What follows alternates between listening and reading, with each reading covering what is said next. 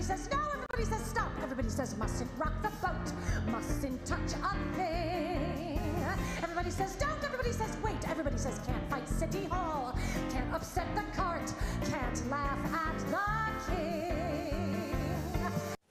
All right, well, she may have gone from Manhasset to Manhattan, but this Long Island native's voice has international appeal. She has performed at some of the best venues all across the globe. And we finally have her right back here in studio. Please welcome award-winning performer, singer, actress, writer, and New York's very own Melissa Errico. What's happening, Melissa? Hey, how are you? Good morning. Good to see you.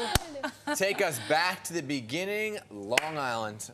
Long Island, well, I was born in New York Hospital, but yes, I was raised in Long Island in Manhasset, where I met my husband, Patrick McEnroe, also a Long Islander. Yes. So, you know, I grew up around him and his amazing brother John, and tennis, and my father's a doctor. So we're Long Island folks, you know, with a dream, and my obsession was to get on the Long Island Railroad and get to Broadway. How did the music thing start for you? Well, it started in the house. My father is a concert pianist and a doctor, but he used to play the music of Michel Legrand in the house. I used to see that. It just always warmed my mom up a lot, and there was a chemistry, and I loved watching what music could do for people. I loved seeing how much joy it would bring my mother and memories, and so I became a musician almost by watching music in the house. And I had a dream to be on Broadway. When I was 12, I saw a musical that was jazz-inflected. It was called On Your Toes. Yes. Rodgers and Hart. It was swinging, it was fun, and I said, that's what I like. I like Broadway, and I like that little touch of jazz. Yeah. And I never really have changed. What a combo, though. A concert pianist and a doctor. I love that combo. Yeah. But let's talk about you for a second, because you performed almost every style of music. But is it the jazz that's really your favorite? Well, I'm an actress. I'm a singing actress, I would say. But I would say that I've evolved into some kind of inventor of something I like to sometimes call lately an actress's jazz.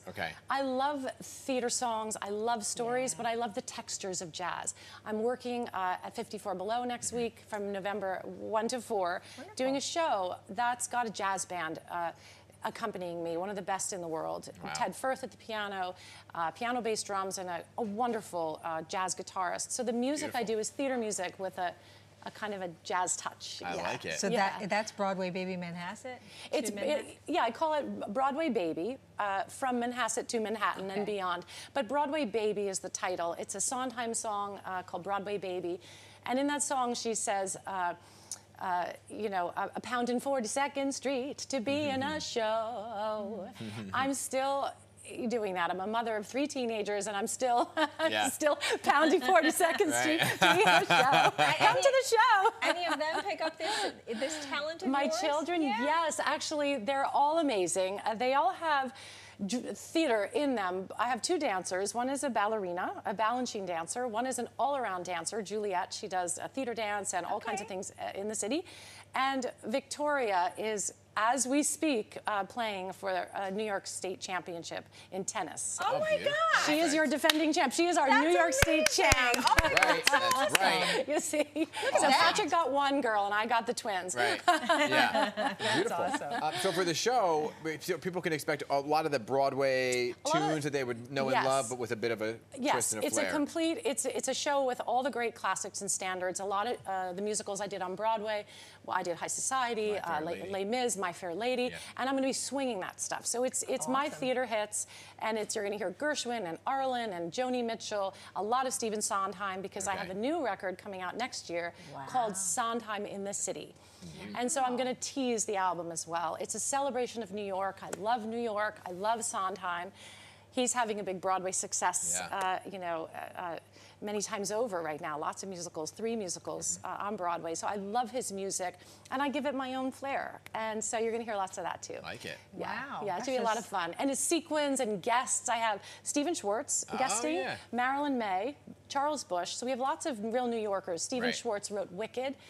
So he's going to be guesting with me. He's having a moment too, 20th anniversary. Yeah, exactly, exactly. So these are my inspirations. For me, I'm all about Manhattan. I love this town. I was a Long Island girl. I got on that train.